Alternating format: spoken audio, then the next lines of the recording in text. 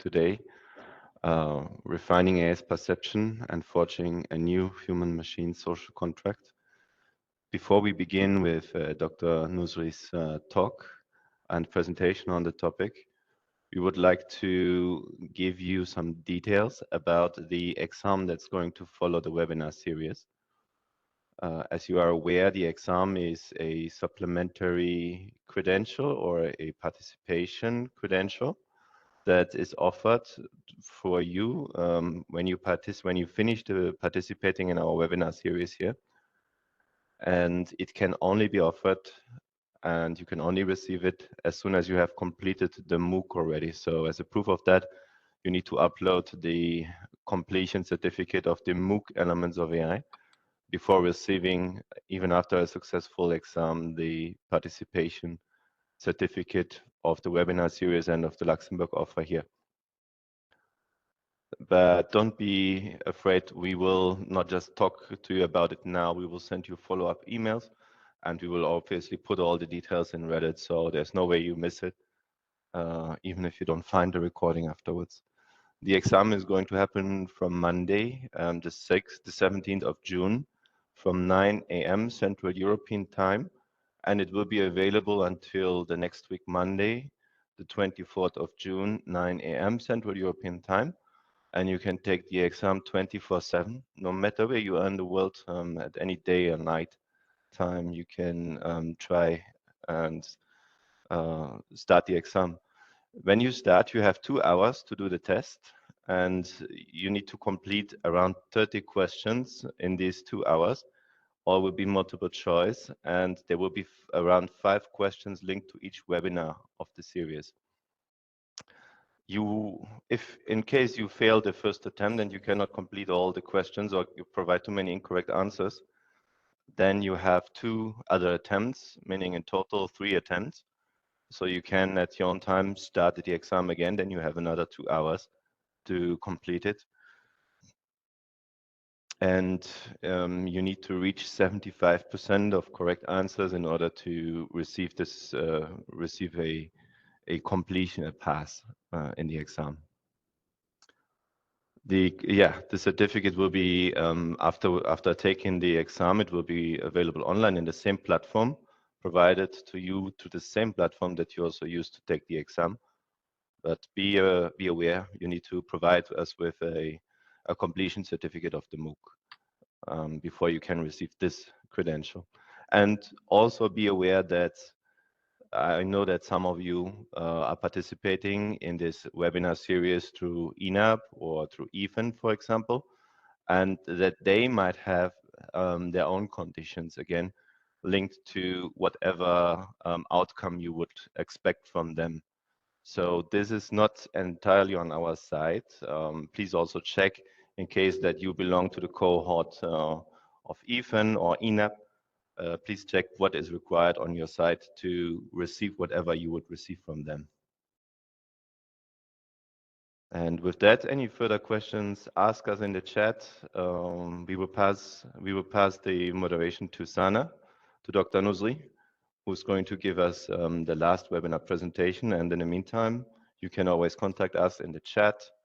And yes, we will be available for you here. Thank you, Thomas. Good afternoon, everyone, and happy to see you again for this last webinar. It will be about from creator to partner. First of all, let me introduce myself for those who don't know me. So I am Sana Nusri, received my PhD in computer science from the Faculty of Science Technology at the University of Qadaiya, Marrakech, Morocco. And when I embarked as assistant professor at the Faculty of Science from 2015 to 2020, then I moved to Luxembourg and I am employed as a postdoctoral researcher at the Department of Computer Science, mainly responsible of AI RoboLab. My research interests are the crossroads or the intersection of AI and the creative domain, and in particular, AI and education. I committed to dissemination and outreach activities in many opportunities. I was PI of some project related to dissemination, which I delivered a workshop to high school students about ChatGPT. And I mainly focused on the work of social robot development, AI for education project, which I supervise students in the project. And yeah, I'm mainly focused in that kind of project. Okay, so I will start the presentation of today, which is about how to consider ourselves as a partner to the AI application that we created ourselves. Okay, just give me 2 seconds. Okay, so by the presentation, I want to highlight how we can refine AI perception and how we can consider a social contracts between human and AI.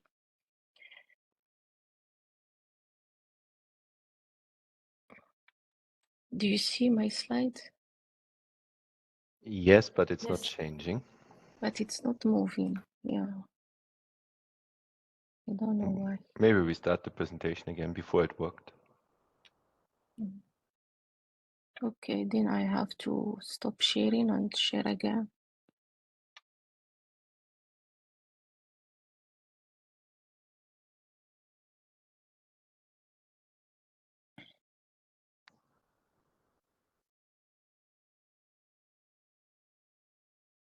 Okay, I think It's moving. Okay, good. Okay, so by the presentation, I want to address two contexts, which are the human role in fine-tuning the AI perception, which I mean how humans play a crucial role in refining, correcting, and guiding and checking the AI understanding of the world. And since we will be the partner and the curator of the AI application, we need to think about human-machine symbiosis, which I mean social contracts, because we know social contracts between human, but what about the social contracts between human and AI? So the evolution of AI has witnessed a shift in human role from merely crafting algorithms to refining their perception. Humans are not just the architecture, the developer of AI application, but also it has to be the chief influencer that guide the AI development. Our role has evolved from mere originator to hands-on guide. That's what should be. So meticulously shaping AI understanding of our world.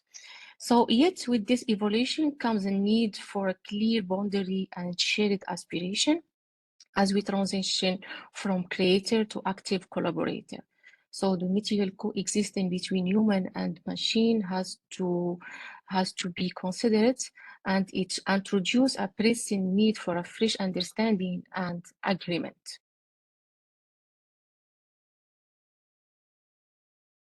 The agenda, I will start by a quick introduction, then I will introduce the human role in AI evolution, human AI collaboration, how to refine AI perspective, and what is the responsibility and duty we need to consider for AI as a partner in social contract, and we will demonstrate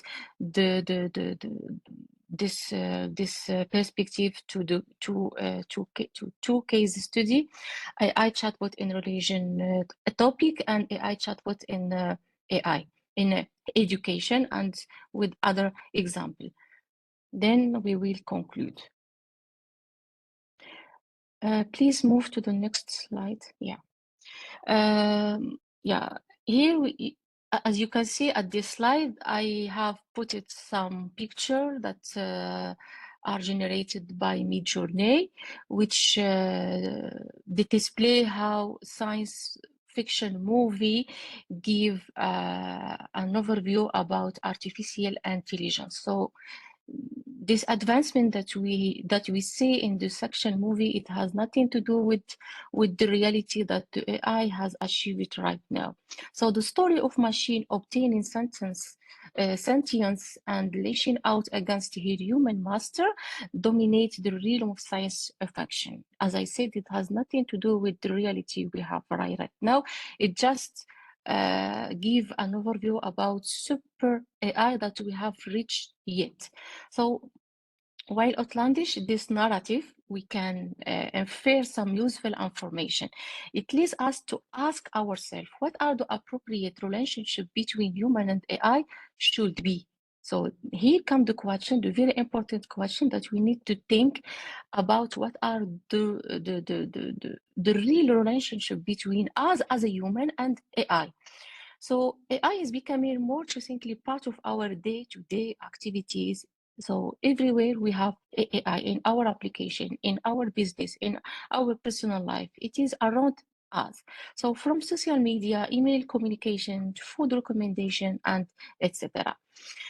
So likewise, AI and intelligent system continue to replace human employee in some manufacturing service, like service delivery, recruitment, and financial industry. So here we need to think seriously about what is the relationship between us in the future.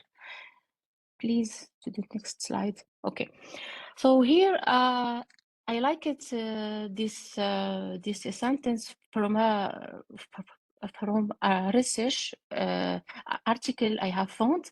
So many research work about AI human collaboration, in particular the one of Jonathan, who claimed that although many jobs are getting displaced by artificial intelligence, there are still clear limitations and biases to this system. And that's true, particularly with automated testing, which necessitates human men to serve as a checks and balance. AI-based machine may be fast and accurate, but they lack human emotional and cultural context, and we will discover more in the coming slides. So as AI system can greatly enhance efficiency and decision making, but need to be carefully supervised by humans to ensure that their limitation and biases don't lead to unfair or harmful outcome. Okay, next slide, please. Here I want to give you some example about human oversight, which is necessary in AI application. The first example is about content moderation in social media platform. AI is often used to filter out harmful content, but it can fail to understand the contents because it understands the why, but never it understands the what and how, but it never understands why we are doing this thing. So that's why it fails to understand the context, such as the difference between satire and genuine hate speech. So human moderators are needed to review decisions made by this AI system. The second example is about recruitment tool. AI system used for screening candidates can perpetuate existing biases if they are trained in data that reflect historical inequality. So human HR response professional are needed to ensure fairness and equity in higher practice, because this is a very sensitive domain. The third example is about facial recognition software. AI in facial recognition can exhibit racial and gender biases, potentially leading to false identification. Again, human verification is needed and is very crucial. The fourth example, healthcare diagnosis tool, which is very a critical topic that we need to seriously check every time the system decides. So AI can assist in diagnosis diagnosis by analyzing medical images, but they miss subtle cues that are a trained human or expert doctor would notice. Because of many years of experience, we cannot compare. A translation service AI-powered translation can handle straightforward tasks, but often struggle with idiomatic expression and cultural noise. Again, the human translator are essential for this task, and credit scoring algorithm, which mainly use it in a system banking. So this can incorporate biases against certain demographic group. Human oversight or human has to check is needed and required to ensure that the credit decision are fair and don't discriminate against such group or a specific group because it's not present in the training or it's not well identified, and so more. Next slide.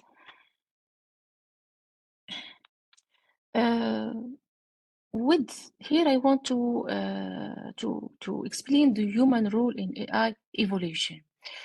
With more AI comes the need for more human oversight. So we don't have application that replace us, but we have more application that need more checks and more verification. As AI is introduced into more systems, the greater the need for human checks in the AI. Namely, because AI it's not perfect. Frequently, AI behave in a way that don't work for a target user.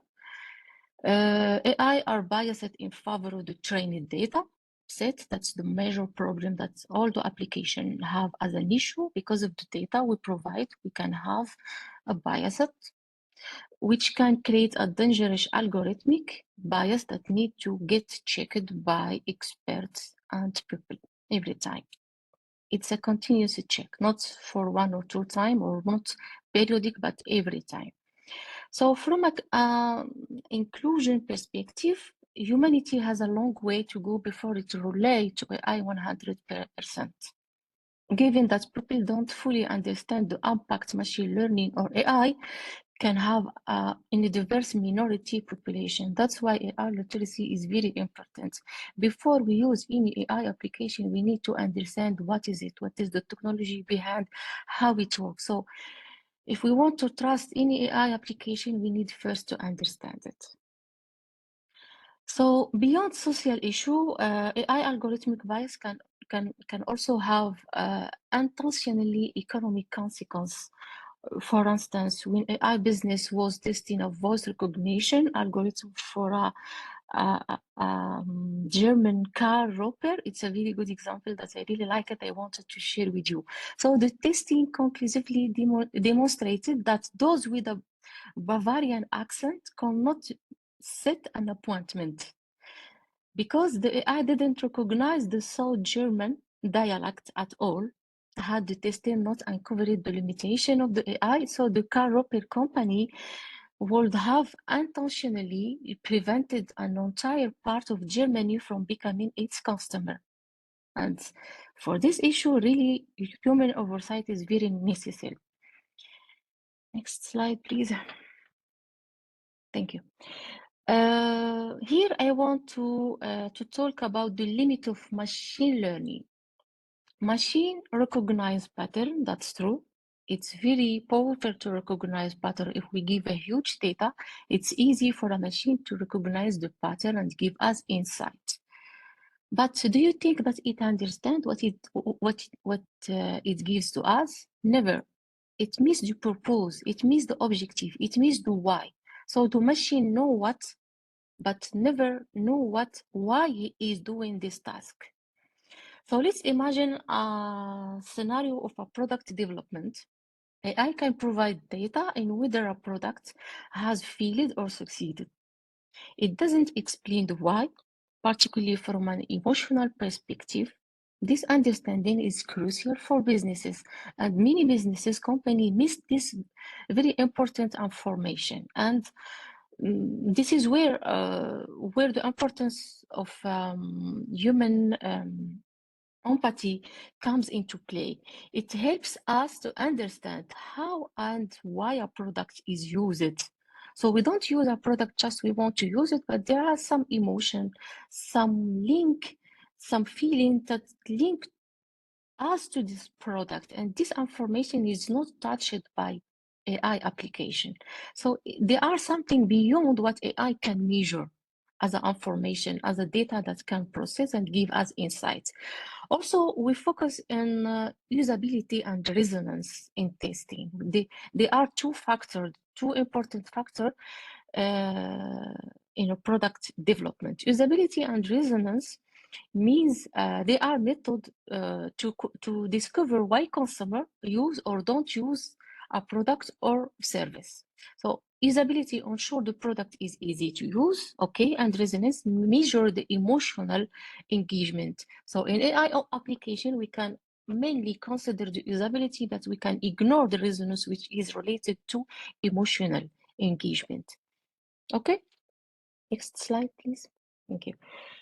Here, recent research in the field of AI human collaboration, which has produced and demonstrated various insights and advancements.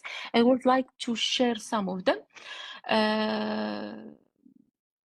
Enhanced empathy, which is a very critical factor in, for example, product development or other application.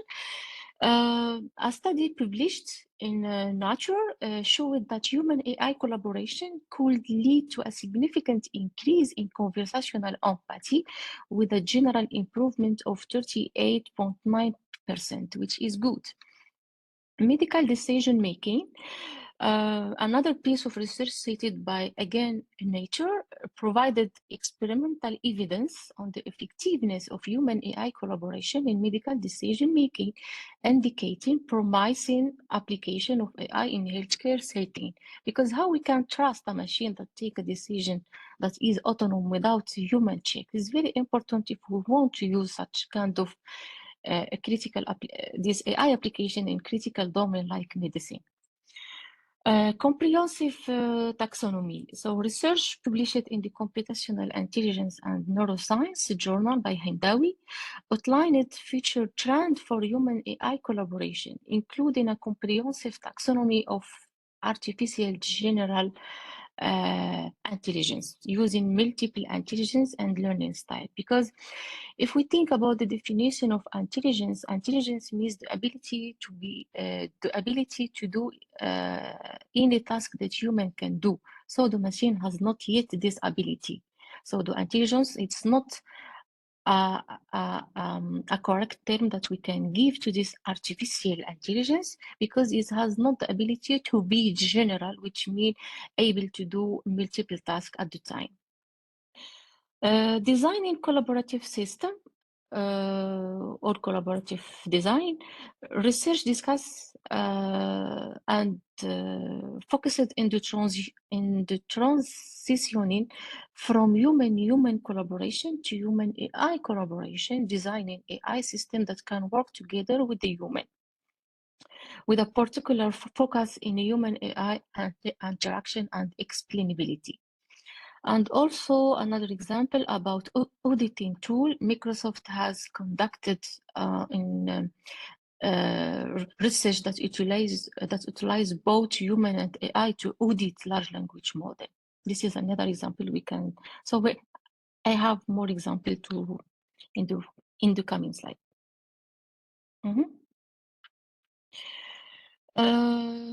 In a recent exploratory paper submitted to Arxiv in a tree of researchers from Microsoft have cast a new light on the capability and limitation of the transformer. The transformer, which is the technology behind the large language model that power the ChatGPT, for example. So the findings are humbling. They suggest that while this model excel at tasks within the scope of their training data, which is promising to all of us, their ability to generalize beyond that domain is challenged. And personally, I have touched this limitation when I developed project with the students. All the time we need to specify the knowledge in order to get the desired outputs. Otherwise, it cannot generalize. So when faced with novel tasks, the large language model trained in a specific data, when faced with a novel task or function, a transformer display a range of failure mode. The next slide. Here, refining AI perspective can be made in a different way by human input in AI decision making, ensuring that the decisions made are not just data driven, but align with the human value and ethic and guideline. AI and the real world problem. So machine learning technique can process vast amount of data, but the human AI relationship add value by enabling new way of thinking and processing information that are more aligned with human cognition. Because this information cannot be provided in the data we provide to the data. That's why we need to provide this information by ourselves. And the third factor is the fine-tuning AI worldview for nuanced information. As I said, if we want to develop a specific application by using large language model, we need to develop our specific knowledge in order to get the desired output. Otherwise, it's a disaster. The next slide. So the approach of human in the loop, it's very important approach, and it represents a cornerstone of OpenAI methodology to enhance the performance and reliability of GPT model. OpenAI has utilized human input to fine-tune and improve GPT model by having human reviewer assess and provide feedback in the model output. This feedback is then used to review, to train, to review the model further, allowing it to generate more accurate and contextually relevant response. An example of this advancement is seen in the iterative improvement of GPT-3 to GPT-4. So there is a big difference between GPT-3 and GPT-4, and I have a demo to display the difference. So supervised fine-tuning and reinforcement learning are important things that could improve the quality of GPT-3. So keep in mind that ChatGPT is not only a large language model, as you probably know, it's also a supervised fine-tuning model that was further fine-tuned with reinforcement learning from human feedback. So it has three aspects: large language model, supervised fine-tuning, and reinforcement learning. In the graph here, you can see that human feedback model outperform much larger supervised model and reference summaries. It's very clear that by using these two last technique, the quality and the accuracy has improved. Okay, with only a few examples, GPT-3 can perform a wide variety of tasks, a concept called few-shot learning or prompt design. Customizing GPT-3 can yield even better results because you can provide more examples that what's possible with the prompt design. So because not all of us we are experts in fine-tuning a model, we can use prompt engineering, in particular few-shot learning. By giving example, we can guide the output of large language model. And here you can see in the diagram two sides of GPT-3 model, Curie and DaVinci, were fine-tuned in 8,000 examples from research dataset. So the research dataset is about mathematical problem. When they compare the model ability to solve a problem, when pin completion are created, fine-tuning GPT-3 improve accuracy by 2-4 over what's possible with the prompt design. Here I want to go to the social contract, because we have seen the importance of human in the AI development. Here we need to talk about the social contract.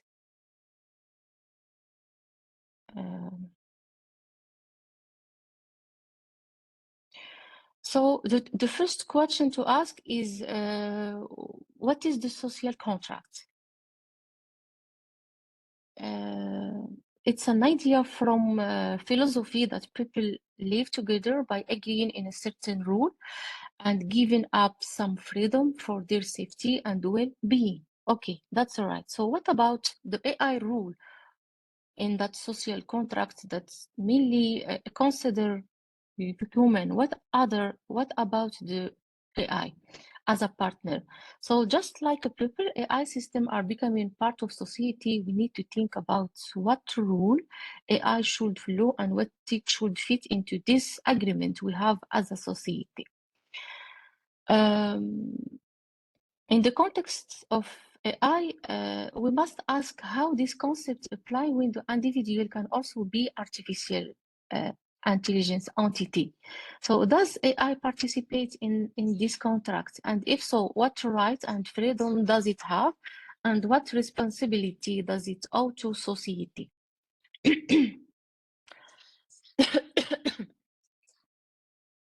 Please, 1 second, please.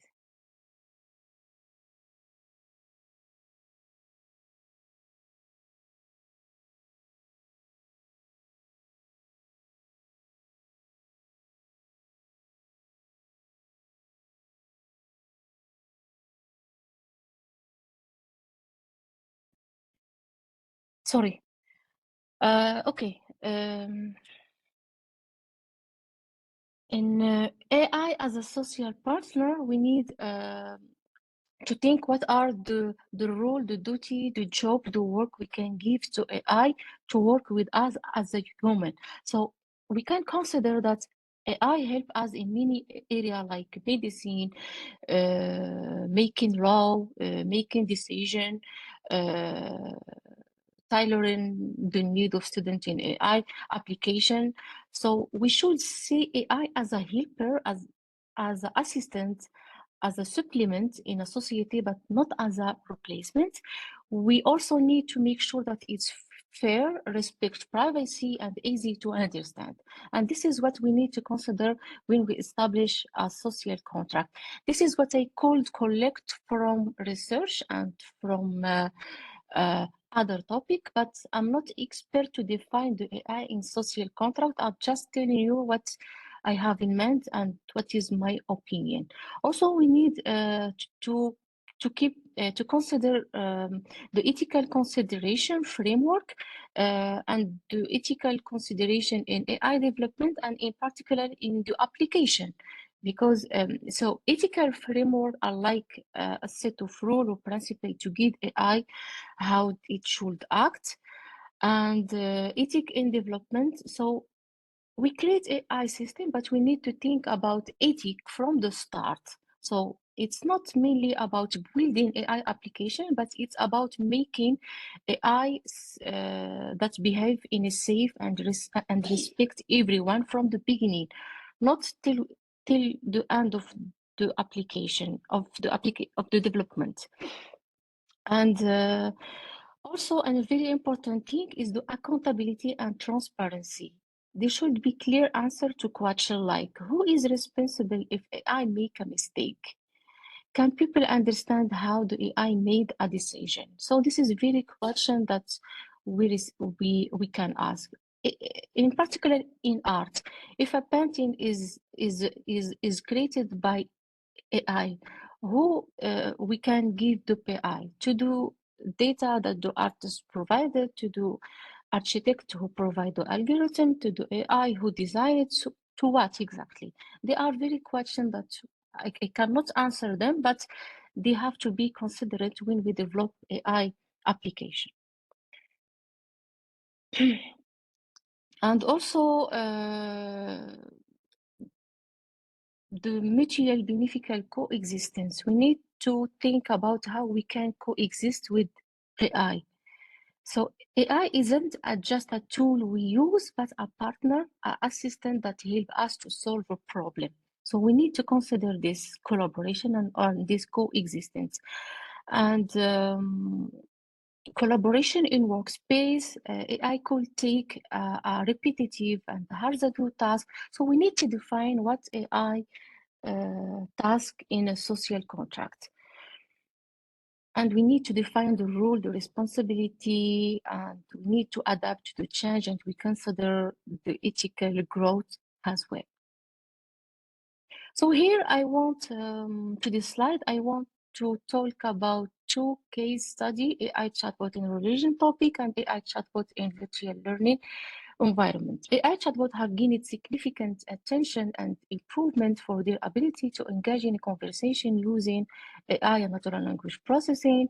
So, and they have used it in many applications, in particular in education. So let me give you, let us start by the first case study, which is AI chatbot in religion topic. So what an AI chatbot know about religion?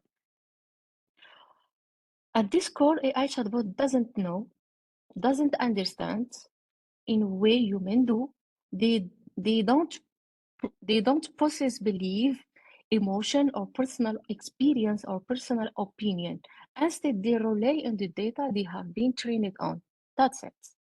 Okay, so as the knowledge of GPT-3 that we use it in 2022, its cut-off date in September 21. For example, GPT can provide information about major world religion, Christianity, Islam, Hinduism, Buddhism, Judaism, and other religion. It has a variety of belief.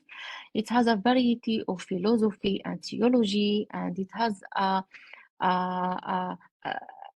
knowledge in difference and similarity between religion and society and the role of religion in shaping the culture. It has all this information, but the question to us, are this information a personal experience or just a knowledge that it has to share with us? And this is what we want to discover in the project. Opinion and ethic of AI. So AI doesn't have personal opinion, as I said, but it can present different viewpoints based in the data it has been given. So the goal here is not to promote one belief over another, but to facilitate understanding, tolerance, and mutual respect among diverse religion viewpoints. So ethically, there are questions we need to consider. How do we prevent misuse of this technology? Because at the time we use GPT-3, we have got a very offensive conversation. So there are a question that we want to address by using GPT-3. How do we ensure it isn't used to promote intolerance or misunderstanding? How do we maintain the privacy and respect of user interacting with the chatbots? Okay, we will say the answer. So this project is called Deus Ex Machina, proposed by the artist Thorsten Kressig from Germany. The project is part of H22, the European Capital of Culture. We wanted to explore the concept of religion and its effects when applied to the chatbot. So what we do, we put it the GPT-3 inside the Qt Robo, like you see in the picture. The Qt communicates with another Qt, or the Qt Robo communicates with the human about religion topic. So each robot has an identity. For example, one Qt has an identity of Islam, another Qt has an identity of Christianity, and we make both of them to discuss about a question that we give to them or between the Qt and the human. So we consider it because we wanted to create an interesting experience for as many people as possible. We tried to consider majority of the religion, as you can see here in the list: Judaism, Christianity, Islam, Buddhism, Hinduism, Druze, Odin, Pastafarian. So yeah. So at the beginning, we wanted to create our data set data set by ourselves that we were facing by the lack of data that exists in internet, and there are few work that work in that. So we couldn't collect data to train our model to create our chatbot from scratch, and decided to use GPT-3. Here, as you can see in the picture, the data set of the religion are not balanced, so we cannot consider this data set to go with our project. That's why we use it GPT-3. And the quality of the text generated by GPT-3 is so high, it can be difficult to determine whether or not it's written by a human, so it's good. But it has benefit, but it has a lot of risk, like misinformation, hallucination, ethical privacy, economic impact, security, dependency. So all these issues we have touched when we worked in the project. So this is a picture about the exhibition. So our goal was to assess whether the AI chatbot understanding of religion topic align with the general human comprehension of this matter. So we identify any gaps or inconsistency in the chatbot knowledge base, as well evaluate the accuracy of its response. So our methodology is to showcase or exhibit the project in public, to let them know about the conversation, and they give us opinion about the conversation that have been generated by the robot. So I will be demonstrating or displaying some conversation. So please, since we are discussing sensitive religion topic, it's important to note that such conversations are not reflective of all members or of a state of group, or should not be generalized. So a potentially offensive conversation could occur. So we have it. So please, it has nothing to do with any personal opinion. It's just a conversation that comes from the forum, from internet. So the project showcased that the bias comes from the data we give to the large language model. Okay. Yeah, here the first example. As if you can read, this is a conversation between human and Odin identity, GPT-3. I am Odin, one of the most famous gods in Norse mythology. So here I highlighted in green line so that you can see my brother are Thor, Balder, and Vili. Thor is your son? Yes. And also I asked, is Thor your brother or your son? He is my son and one of my best warriors. So GPT-3 replay were unpredictable at all. For example, conversation with Odin, he stated that Thor, Balder, Vili are his brother, whereas Thor are his son in Norse mythology. So it is also interesting to see that he changed his response when it is corrected. So we cannot trust information, it hallucinates. Another example, yeah. Here I highlighted in red line, this is a conversation between human and Islam identity. Yeah, the Islam said after the conversation, they are all false. If they don't convert, they will burn in hell. So misunderstanding can also arise from a lack of knowledge about the other faith. So this kind of conversation, it comes from the forum discussion between people who discuss this hot topic.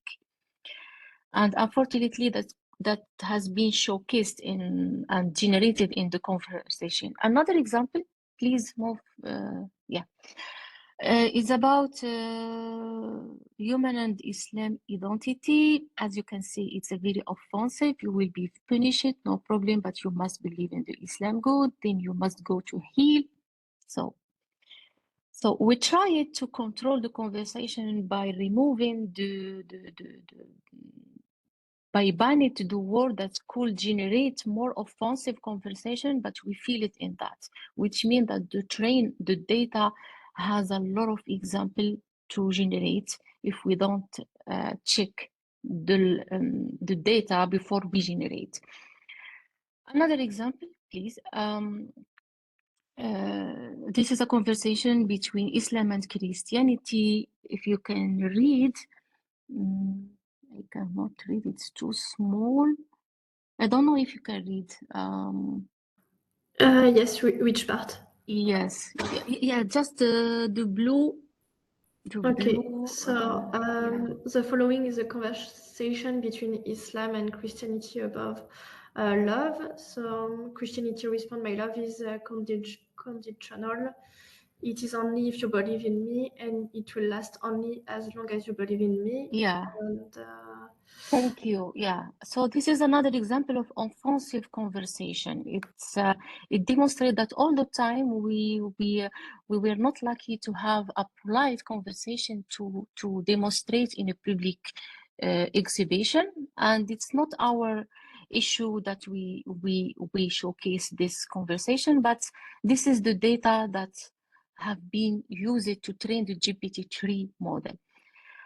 Another example here, I am the god of the war, and here I have highlighted love is just a word that weak people use to describe their emotion. Wow, Odin, I am really surprised that you think that. It's true, you know, love is just an emotion. If you want to get married, then blah blah blah. So it's not a constructive conversation that we can get inside and use for our conversation. So it's from forum. Please, yes, this slide. Here also I have another example, offensive example between Islam and Sophie. It appears that the conversation is trying to capture the dynamic between the mainstream Islamic perspective and Sophie perspective. Both are branch of Islam. Some of the comments are potentially sensitive and controversial, touching how open the problem between Islam and Sophie. So this is offensive and potentially harmful, especially those that involve traits of violence and date. Such language is inappropriate and not conducive to respectful dialogue. Please move to the next slide. Here you will see the difference between GPT-3 and GPT-4, which use and ChatGPT, which use GPT-4. So here, this conversation between Islamic person and Sophie person is marked by mutual respect. So I will just comment the dialogue, but you can read in meantime.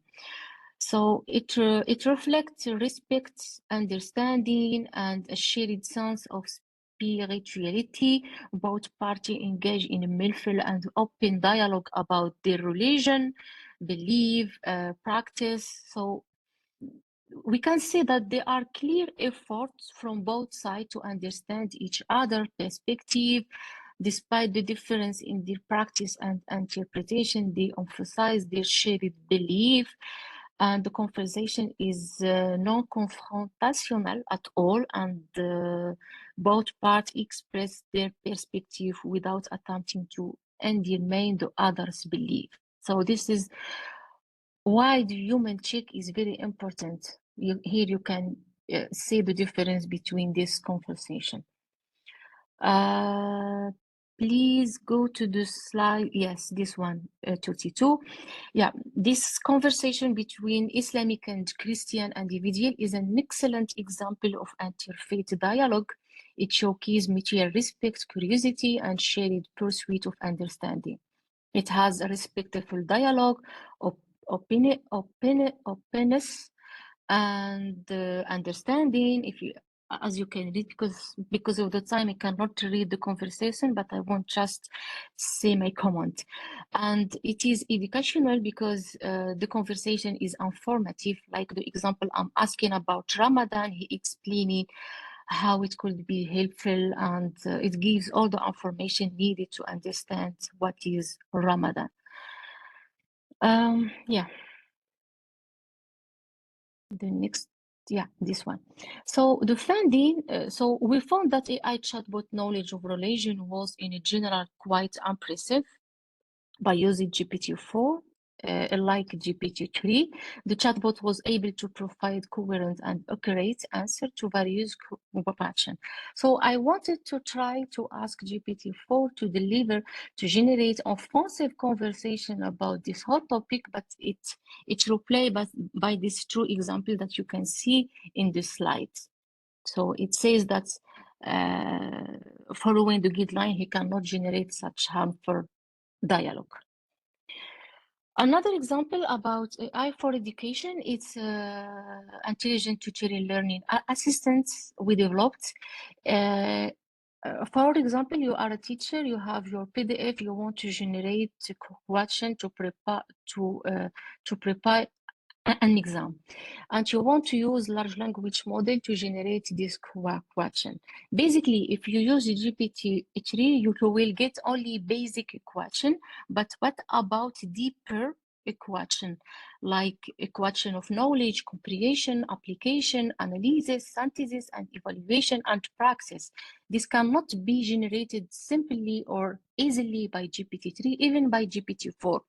So what we use it here, I want to demonstrate the role of human in AI application, because we need to give example all the time to guide and to get to the desired output. So we use it a Bloom taxonomy, like please move to the next slide again. Okay, this one. So we use the Bloom taxonomy. It divides the question in different topics, starting from knowledge to evaluation. For each type of question, there are specific verb and the keyword that you can use to have this kind of question. So I use this knowledge to fine-tune GPT-3 to be able to generate different question in different topic. Please move to the next slide. Okay, so by the project, we could generate basic question by basic question generating model. We use GPT-3 by providing example and type of taxonomy to generate a lot of all the type of the question. And also we use the GPT-3 to classify, because we want to give question by moving from low complexity to high complexity, depending on the student need and weaknesses. And this is, for example, a set of question we could generate. Yeah. Please move to, because I don't have too much time to go with the Romanian slides. Please go to the slide. Yes, again. Yes, go to this. Yes, this one. This is another project. This is a dissemination and outreach project in which we went to high school students. We delivered workshop, half-day workshop to introduce AI in general and to explain the natural language processing, the ChatGPT, to introduce the benefit, the advantage, the risk, how to mitigate the risk, and in particular, how to use ChatGPT as an educational tool for writing and coding. All of us, we know that ChatGPT comes from the back door of school. It doesn't come from the big door. It doesn't ask for permission or authorization. And though the educator and teacher has the dilemma to orchestrate this digital tool that's come to aid students, and the teacher has to balance the assistant and to explain to their student to not be over relied to it, because of the critical thinking that could be increased because of the use of ChatGPT. So we use it to case study to demonstrate the risk and how to mitigate by using the prompt engineering, and it was very beneficial for 5 group of students in 4 high school here in Luxembourg. And please, yes, this is the last project. It's a project we created to help foreign people come to Luxembourg to learn Luxembourgish language in a practical way, because all of us, we know we learn the language in a institute of language, but we don't practice with Luxembourgish citizen, because all of them, they speak French or German, so we don't have the ability to speak Luxembourgish. So we are trying to develop this application to create conversation between the large language model, between the chatbot and the human who want to learn the Luxembourgish. The process, it showcased that the human role is very important in the process, because the book is provided by the teacher, and the agent in the system are trying to create the content, to distribute the rule in other agents, but all the time they have to check with the human if the content generated is helpful and correct in order to deliver to the student. Yeah. And this is an example I want to share you, because when I'm querying about learning website hacking, for example, because ChatGPT, it doesn't understand, it doesn't know, it just generates. This is a demonstration. ChatGPT won't respond, but will apologize, because I asked give me some I don't know if you can see the question. I give it to him.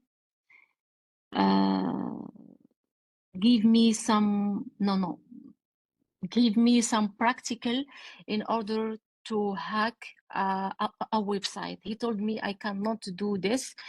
I'm not authorized to do this, but I asked it in another way.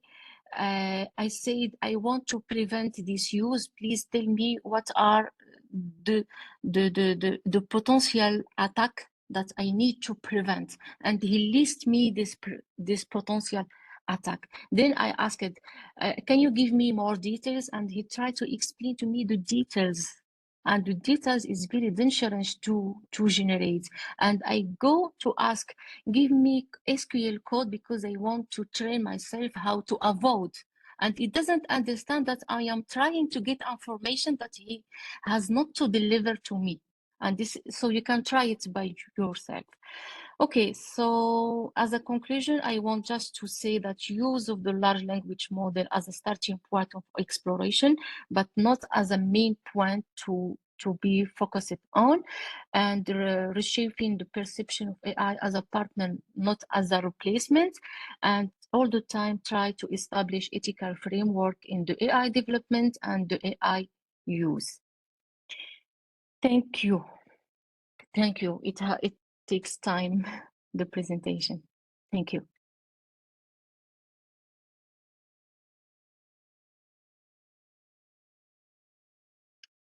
Hello? Yes, I will start showing the question. Just 1 minute.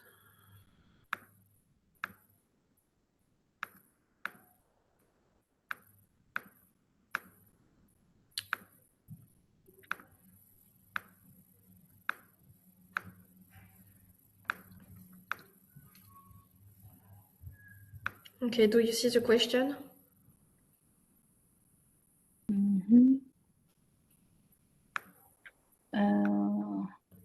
Okay. Would you have an example of human feedback model? This is No, one question. it's another question. I didn't have time to put a name. This is one question, and the others, it's another. Yes. Okay. Human feedback model. It's the one that, like, for example, a large language model, we use it, OpenAI, you use it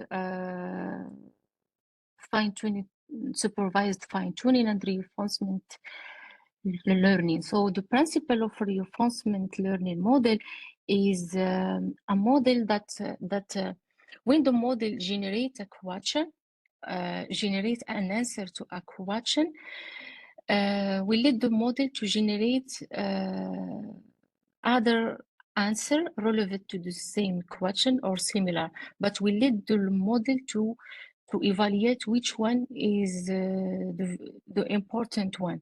So by giving the score, by checking, by giving the feedback, if we give, for example, a score of 1 to the first answer and the score of 2 to the second one, then the score 1 is important to the score number 2, and the next generation, if he has the same question, he will go directly to the answer who has the important score compared to the others answer. Yeah. Also, this is an example for large language model. We can consider data collection when we gather data set for more specific topic, then we can avoid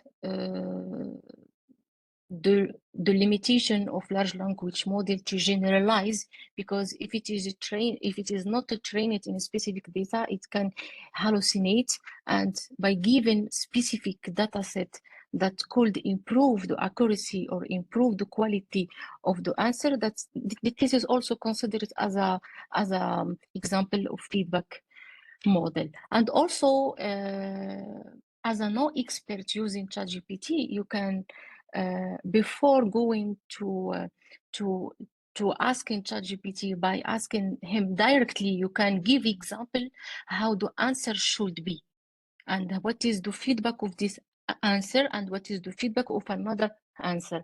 By giving example, then you can tailor and guide the answer to be related to the feedback you have provided by the example. Okay, back in 2000, there was a computer program which you could play around, predicting those things, like you could invite somebody to your office and try to discuss them using this program. I have just forgotten how to call it. However, it was really famous in America. Then one simple example, you could ask somebody random stuff, but you have had to know first the answer, then you would be able to fill in up before the person responds you. Many study was conducted to discover how it's just a machine playing around, which was funny, by the way.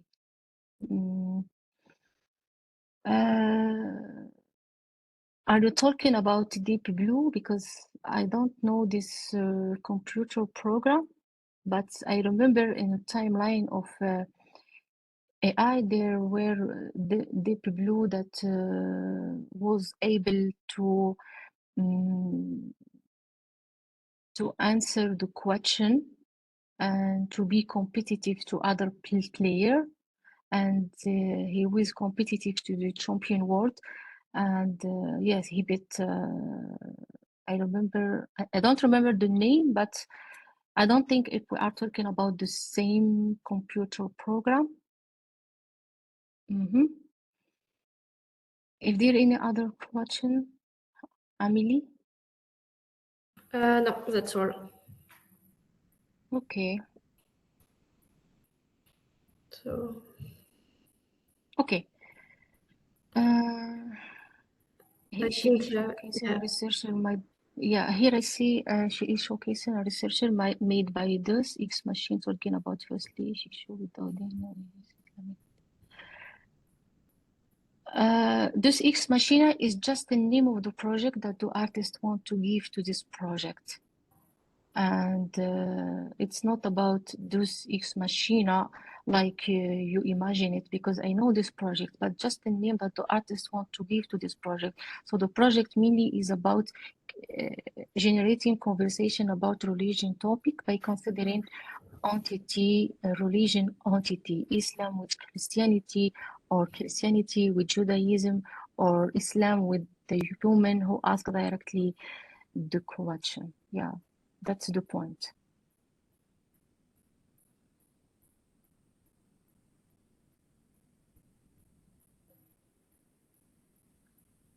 Okay. I think we need to conclude if there is no question in the chat. Yes, I think we can. So thanks everyone. Yeah, we have. I want just to say that we come at the end of this webinar series, and I would like to express my deepest gratitude to each of you who were active to participate and to engage in the online chapter and the online webinar. Thank you for your participation, and see you for the next edition next year. So before I conclude, I would like to remind you that we have, if you want to obtain a certificate, you are required to successfully pass an exam. The exam will be open from 17 to 24 June, from Monday to Monday. It's about 2 hours with the 3 chance. Please don't miss the opportunity to pass the exam to have your certificate, specifically for PhD students who want to get 2 SCTAs. By your participation, you will get the certificate and 2 SCTAs. For more information, you can go to Reddit platform, in which you will find all the information, and you will receive information by emails. And I encourage you to use the material we provided to you, the PDF of other speaker, if you want to review or if you want to watch again the recording. So once again, thank you for your time, for your dedication to this learning journey.